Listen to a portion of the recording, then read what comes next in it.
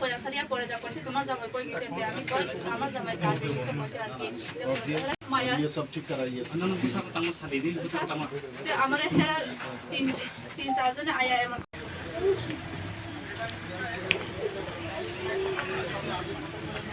মানে এখানে কি বলবো, মানে এই যে একটা কালচার এখন হয়েছে, এই কালচার থেকে আমাদের যেভাবে হোক, আমি বারবার বলছি, কোনো অবস্থায় এই কালচার আমরা চলতে দেব না। আইনের শাসন এখানে আছে, আইন তাহলে কিসের জন্য? মানুষকে যদি প্রোটেকশনে না দিতে পারি আমরা, তাহলে কি করে হবে?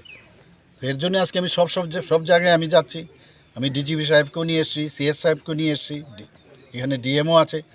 কারণ এমনিতে বাড়িতে অফিস থেকে বসে অনেক কিছু শোনা যায়, কিন্তু চাক্ষুষ দেখলে কিন্তু বিষয়টা কত গম্ভীর।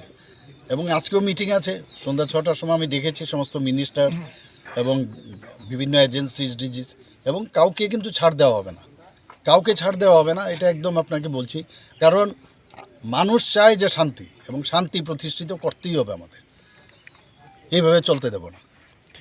না, নির্বাচনের পরে বা নির্বাচনের আগে বা নির্বাচনের সময় যে সন্ত্রাস হয়, এটা গত কয়েক দশক ধরে কিন্তু এগুলো চলছে।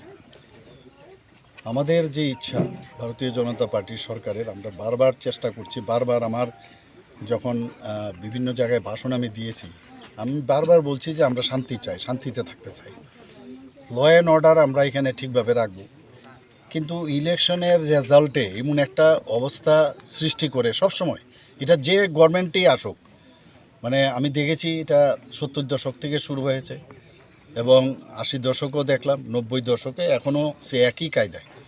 এবং মথার যে দুর্বৃত্তরা, যেগুলা সিপিএম থেকে শিখে এসছে, কংগ্রেস থেকে শিখে এসছে, সেইগুলোই ওনারা করছেন এখানে। এবং মানে কোন জায়গার মধ্যে গেছে ভাবা যায় না।